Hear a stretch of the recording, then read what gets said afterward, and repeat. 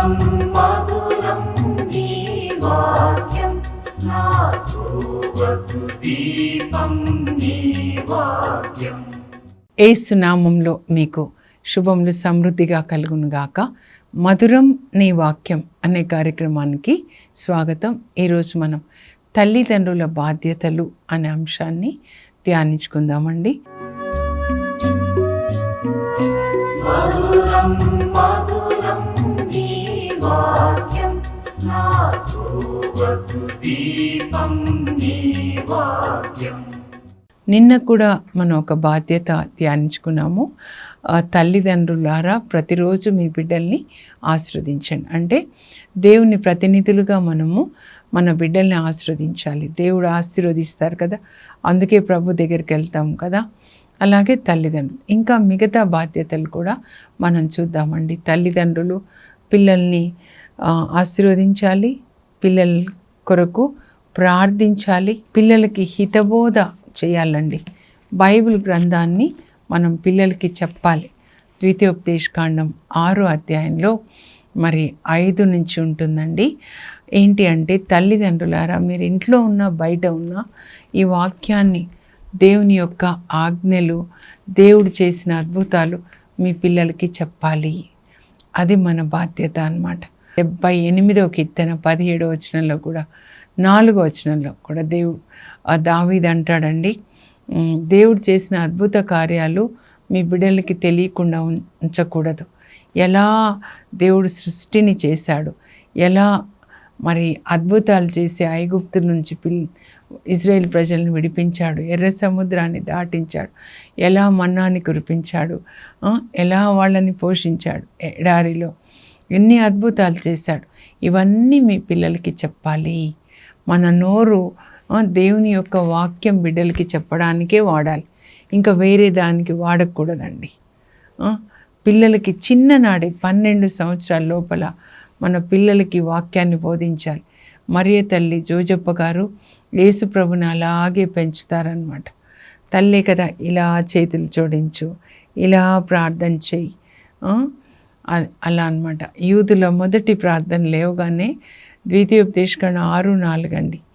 Shama Israel, Shama Israel, నీ దేవుడైన ప్రభు ఏకైక ప్రభు. దేవుడు ఒకే ఒక దేవుడు, విశ్వానికి ఒకే దేవుడు. ఆ దేవుడే యావే ప్రభు, సృష్టికర్త.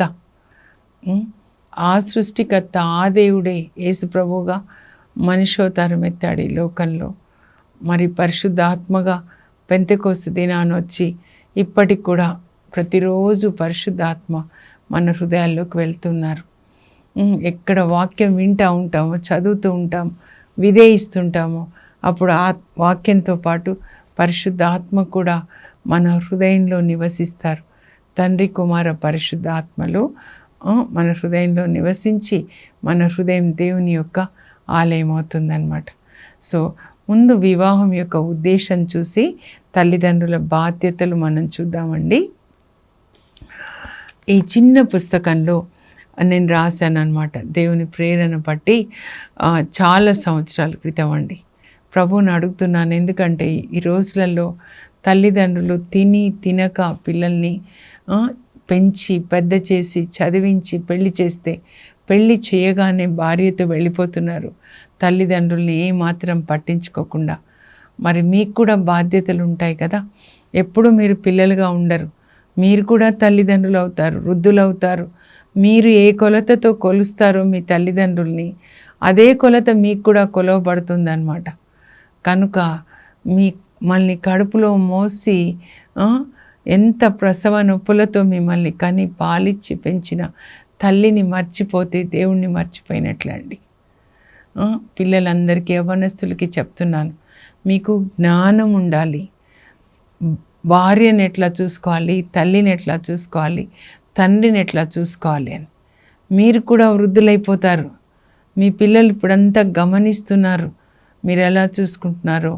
రేపు మీకు అదే గతి పడుతుందన్నమాట. కాబట్టి రేపటి దినాన మీ బాధ్యతలు, బిడ్డల బాధ్యతలు చూద్దాము. ఎందుకంటే నాణానికి 2 వైపులా ఉంటుంది కదండి. ఈరోజు తల్లిదండ్రుల బాధ్యతలు చూసి రేపు బిడ్డల బాధ్యతలు చూద్దాము.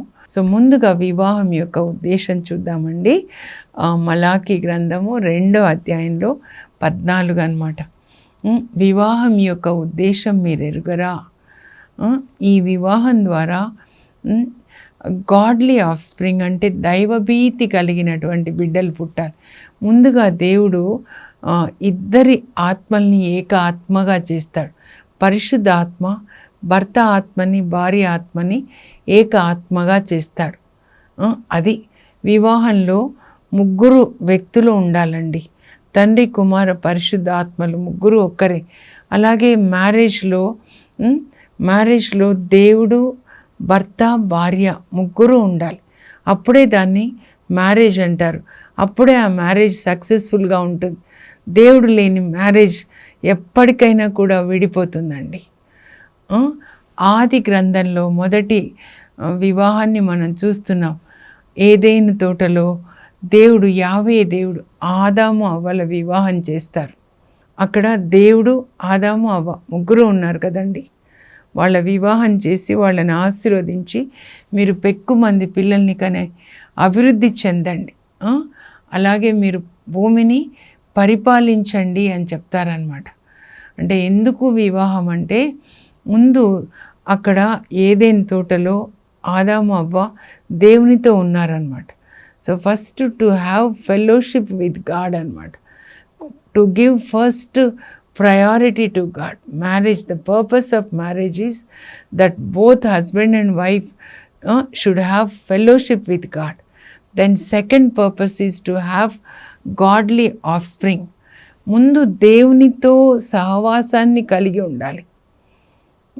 ఆ సాతాను అక్కడ ఏదైనా తోటలో ప్రవేశించే వరకు అలాగే ఉన్నారండి.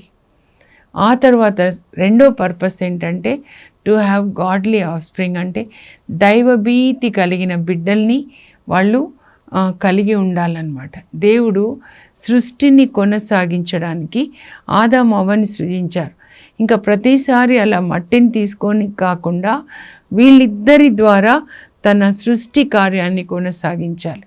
అందుకే వాళ్ళిద్దరూ ఏక శరీరులై దేవుడు జతపరిచిన జంట మానవుడు వేర్పరపరాదు, వారు భిన్న శరీరులు కాక ఏక శరీరులై ఉంటారు. మత్తయి 19:6. పెళ్ళి చేసే ముందు పిల్లలకి ఇవన్నీ చెప్పండి.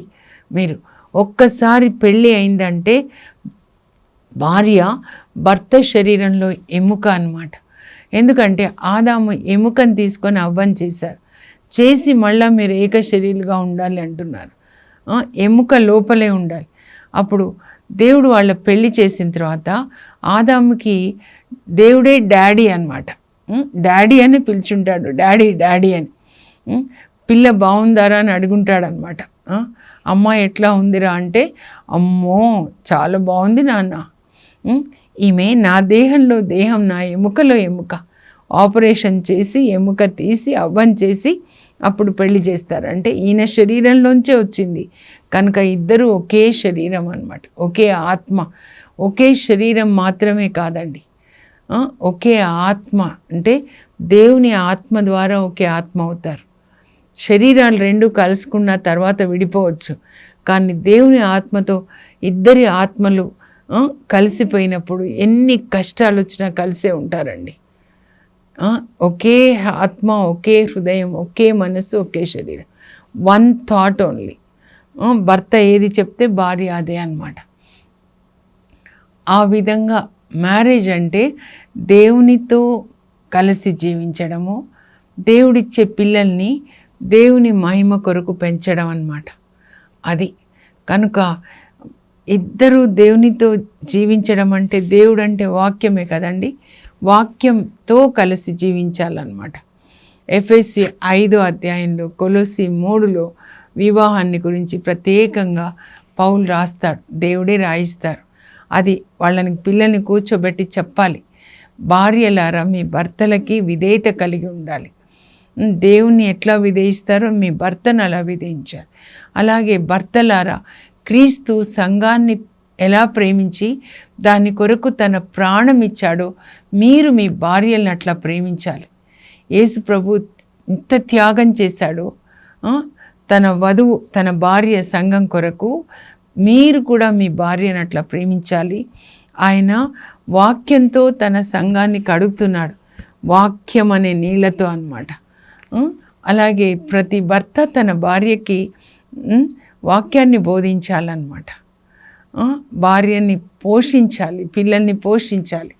ఇప్పుడు పిల్లల్ని మరి ఎలా పెంచాలి, ఏంటి బాధ్యతలు చూద్దామండి. ముందు తండ్రి బాధ్యతలు రాశాను నేను, ఎందుకంటే ఇంటి యజమాని తండ్రే కదండి. క్రీస్తు మన ఇంటికి యజమాని. నెక్స్ట్ తర్వాత భర్త యజమానుడు ఇంటికి కదా. సో భర్త అంటే తండ్రి అని. తండ్రి మొదటి బాధ్యత ఏంటంటే ఆయన పిల్లల్ని పోషించాలండి. పిల్లల భౌతిక అవసరాలని తీర్చాలి. వాళ్ళ తిండి, వాళ్ళ గుడ్డ, వాళ్ళ గూడు గుడ్డ అంటారు కదా. Father has to take care of, father has to provide the physical needs of his children. That is first one అన్నమాట.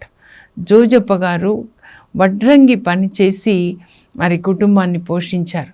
అందుకే మే 1న మనం వర్కర్స్ డే జోజప్ప గారిని జ్ఞాపకం చేసుకుంటాం. సెయింట్ జోసెఫ్ అన్నమాట, సైలెంట్ వర్కర్. ఎంత చక్కగా తన కుటుంబాన్ని పోషించారు. కుటుంబాన్ని పోషించే అంత సామర్థ్యము మళ్ళీ కష్టపడి పనిచేయాలండి. పని చేయకుండా భోజనం చేయకూడదు అన్నమాట. అది అన్ని అవసరాలు తీర్చాలి. తండ్రి పిల్లల అవసరాలన్నీ తీర్చాలి. ఆ తర్వాత రెండోది ఏంటంటే father has to provide for the emotional needs of his children. అంటే భావ ప్రేరితమైన అవసరాలు తీర్చాలంటే ఇమోషనల్ నీడ్స్ అంటే ఏంటంటే పిల్లలు ఏం కోరుకుంటారండి, డాడీ ముద్దు పెట్టుకోవాలి, డాడీ ఒళ్ళో పడుకోవాలి, డాడీ ప్రక్కన పడుకోవాలి కదా. మళ్ళీ డాడీ ప్రోత్సహించాలి, ఇదిగో నాకు ఫస్ట్ ర్యాంక్ వచ్చింది డాడీ, నేను పాస్ అయ్యానంటే వాళ్ళని ఎంకరేజ్ చేయాలన్నమాట. పిల్లల్ని ఎంకరేజ్ చేయాలి. కొన్నిసార్లు తక్కువ మార్క్స్ వచ్చాయి, వాళ్ళు ఫెయిల్ అయ్యారు, పాపం ఫీల్ అవుతున్నారు, ఇట్స్ ఓకే అని చెప్పాలి. అప్పుడు కూడా వాళ్ళని ఓకే అని చెప్పాలి. వాళ్ళు విచారంలో గాయపడినప్పుడు మనం వాళ్ళని ఆదరించాలన్నమాట. ఏం పర్వాలేదు నాన్న, మంచి మార్క్స్ వచ్చినప్పుడు అప్రిషియేట్ చేయాలి. న్యాయాధిపతుల గ్రంథంలో యెఫ్తా ని వాళ్ళ అన్నయ్యలు ఎల్లగొట్టేస్తారండి. 11వ అధ్యాయం న్యాయాధిపతులు అన్నమాట.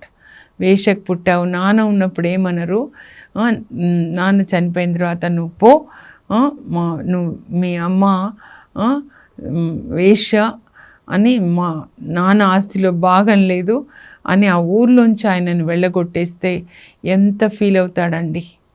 ఆ బాబు చేసిన తప్పేం లేదు కదా. అందువల్ల ఏం చేస్తాడంటే ఆ చెడు స్నేహాలు, దొంగల ముఠాతో కలిసి రోడ్డు ప్రక్కన దోచుకునే దోపిడీగాడిగా తయారవుతాడనమాట. ఈ రిజెక్టెడ్ చిల్డ్రన్, ఇట్లాంటి వాళ్ళ కొరకే దేవుడు డాన్ బోస్కో గారితో మాట్లాడతారు. వీళ్ళకి తల్లి తండ్రి లేక ఇట్లా అయిపోయినారు, నువ్వు ఆ ప్రేమను అందించంటే వాళ్ళతో ఆడుతూ పాడుతూ ప్రేమగా తింటూ ఇదే ప్రార్థన అంటాడు. ఊరికే అలా చేతులు జోడించి ప్రార్థన చేసుకుంటూ ఎవరిని ప్రేమించకుండా చాలా ఉపవాసాలు చేస్తా, అది కాదండి. సున్నం కొట్టిన సమాధులు అంటారు యేసుప్రభు, అట్లాంటి వాళ్ళని మత్తయి సువార్త 23లో చూడండి. అక్కడ వాళ్ళకి ప్రేమ లేదు, ప్రేమను అందించాలన్నమాట. What is the worst disease in the world అని మదర్ తెరీసా తల్లిని ఖుష్వంత్ సింగ్ గారు, ఇండియన్ జర్నలిస్ట్, కాల్కటాలో మదర్ తెరీసా హోమ్లో ఒక 1 వీక్ ఉండి స్టడీ చేసి తల్లిని గురించి ఒక బుక్ రాస్తారండి. 10th క్లాస్లో మాకు ఉండేది, ఇంగ్లీష్లో నేను చెప్పానమాట, సంథింగ్ బ్యూటిఫుల్ ఫర్ గాడ్ అని చెప్పి. అయితే what is the worst disease in the world అంటే ఎయిడ్స్ అమ్మా, ఇది ఎయిడ్సా లేకపోతే ఏంటి అంటే కాదు, being rejected is the worst disease. అంటే తల్లిదండ్రులచే నిరాకరించబడ్డం, సొసైటీ చేత నిరాకరించబడ్డం, అదే వర్స్ట్ డిసీజ్. ప్రేమ లేకపోవడం అన్నమాట. మనిషి ఎప్పుడు ప్రేమను కోరుకుంటాడండి, లవ్ మాంగర్ అన్నమాట. అప్పుడు వాళ్ళ కావలసిన ప్రేమ దొరికినప్పుడు వాళ్ళు ఎట్లా ఉంటారంటే సెల్ఫ్ కాన్ఫిడెంట్గా, సెక్యూర్గా ఫీల్ అవుతారు. అందుకే తల్లికి అతుక్కొని ఉంటారు చూడండి. తల్లి పాలు తాగిన వాళ్ళు మంచి బిడ్డలు అవుతారనమాట. సెక్యూర్ ఫీల్ అవుతారు. My mother loves me, my father loves me అని. అందుకే పిల్లల మధ్యలో తేడా కూడా చూపించొద్దండి. కొంతమంది ఇట్లా పెద్దవాడని చిన్నవాడని, ఇస్సాకు రిబెక్కాలు అలాగే చేస్తారు. ఇస్సాకు పెద్ద కొడుకుని ప్రేమిస్తే రిబెక్కా చిన్న కొడుకుని ప్రేమించి, తర్వాత వాళ్ళిద్దరూ కౌల పిల్లలు 2 శత్రు దేశాలు అయిపోతారండి. ఇప్పటికీ కూడా అలాగే ఉంటారు. అప్పుడు అలా పెంచబడి అట్లా శత్రువులైన వాళ్ళు ఇప్పుడు కూడా 2 శత్రు దేశాలుగా పోట్లాటలు. చిన్నవాడు యాకోబు ఇజ్రాయెల్ దేశం, పెద్దవాడు ఏసావు సౌదీ అరేబియా అన్నమాట.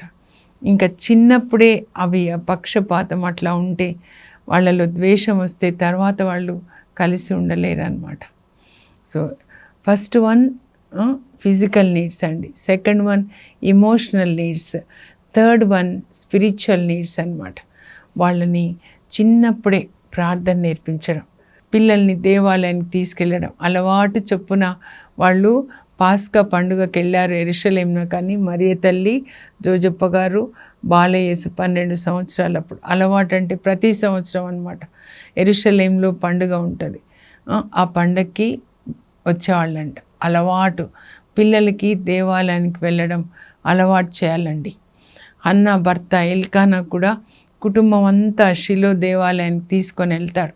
అప్పుడు మందసం పెట్టి అక్కడ ఉండేదన్నమాట. అందరూ అక్కడికే వెళ్ళేవాళ్ళు షిలో దేవాలయానికి. ఇప్పుడు యెరూషలేం దేవాలయం ఎట్లనో అది అలాగనమాట. ఎల్కానా ఇంటి యజమానుడు భార్య పిల్లల్ని దేవాలయానికి తీసుకెళ్తున్నాడు. వింటున్నారు కదా తండ్రులు, మీ బాధ్యత. మీ అమ్మ తీసుకెళ్తుందిలే. ప్రార్థన అంటే ఇప్పుడు చాలామంది నువ్వు చేసుకో ప్రార్థన, భార్యను చేసుకోమని చెప్తారనమాట. నువ్వు నేర్పించు పిల్లలకి ప్రార్థన అంటే మీకు అవసరం లేదా అండి? మీకు పరలోకం వద్దా? చెప్పండి. మీది బాధ్యత మీ పిల్లలకి బైబిల్ నేర్పించడము, బైబిల్ విషయాలు చెప్పడము చాలా ముఖ్యమండి. యోబు ప్రొద్దునే లేచి వేకోనే లేచి తన పిల్లల కొరకు ప్రార్థన చేస్తాడండి. యోబుకి 7 కొడుకులు 3 బిడ్డలు అన్నమాట.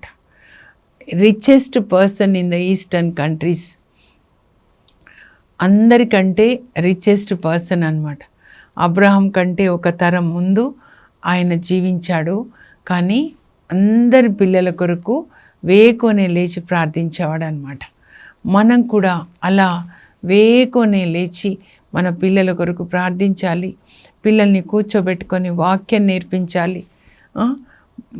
తిమోతి వాళ్ళ అమ్మమ్మ మనం చూసాం కదా, నిన్నటి దినాన తిమోతికి వాక్యం నేర్పించారనమాట. అలాగే మనం కూడా మన పిల్లలకి చిన్నప్పుడే దేవుని యొక్క వాక్యం నేర్పించాలి. తోబిత్ 4వ అధ్యాయంలో తన కొడుకు తోబియాను కూర్చోబెట్టుకొని తోబియాకి హితబోధ చేస్తాడండి. మంచి విషయాలు ఇంకెక్కడ మీకు కనబడదు. కనుక మీరు అది చదివి పిల్లలకి చెప్పండి. నాన్న నేను చనిపోతే నన్ను గౌరవంగా పద్ధతి, యూదుల పద్ధతి ఆచారం ప్రకారం పాతిపెట్టు. అది కూడా ఒక పద్ధతి ఉంటుంది కదండి. పిల్లల బాధ్యత. నా తర్వాత నేను దాటిపోయిన తర్వాత అమ్మని జాగ్రత్తగా చూసుకోయ్యా, అమ్మ నీ కోసం ఎంత కష్టపడింది. తర్వాత ప్రతిదినం ప్రభుని జ్ఞాపకం చేసుకున్నాన్న, దేవుని ఆజ్ఞలు మరొకయ్యా అని చెప్తాడు. నీకున్న దాంట్లో పేదలకి సహాయం చేయి, వేశ్యలకి దూరంగా ఉండు, మన తెగ అమ్మాయిని పెళ్లి చేసుకో, ఆకలేని వాళ్ళకి అన్నం పెట్టు, బట్టలేని వాళ్ళకి బట్టలు ఇవ్వు, ఎవరైనా చనిపోతే వాళ్ళ ఇంటికి భోజనం తీసుకొని వెళ్ళు, బుద్ధిమంతుల సలహాన్ని పాటించు. ఎంత బాగుంటుందండి. మొత్తం బైబిల్ ఒక 4 అధ్యాయంలో మినీ బైబిల్ లాగా అన్నమాట. ఒక తండ్రి కూర్చొని కొడుక్కి చెప్తున్నాడు. అలాగే జీవిస్తాడండి. తర్వాత ఆయన కొడుకు తోబియా అన్నమాట. మనం పిల్లలకి చెప్పాలి. సామెతల గ్రంథం 6వ అధ్యాయంలో 20 నుంచి సొలొమోన్ రాస్తున్నాడు.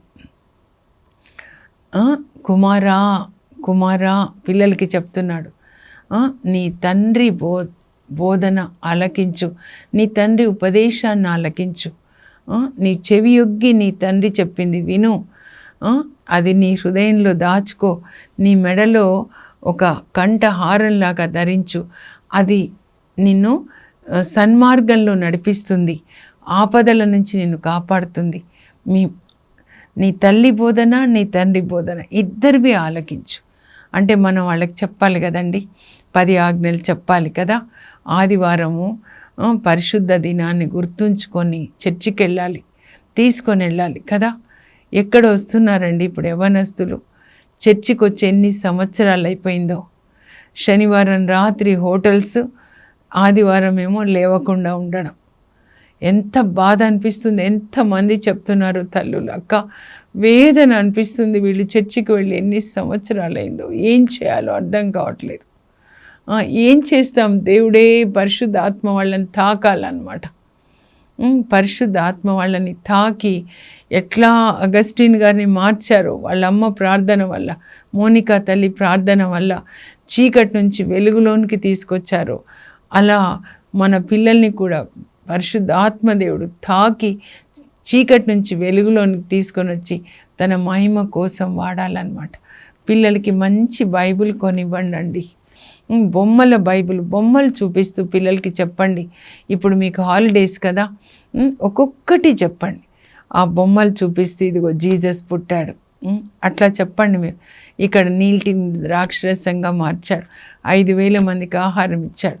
వాళ్ళు పిక్చర్స్ చూస్తే వాళ్ళ మనసులో, హృదయంలో అవి స్టాంప్ అయిపోతాయి. హౌస్ఫుల్ అయిపోతే సాతానికి ప్లేస్ ఉండదు కదా.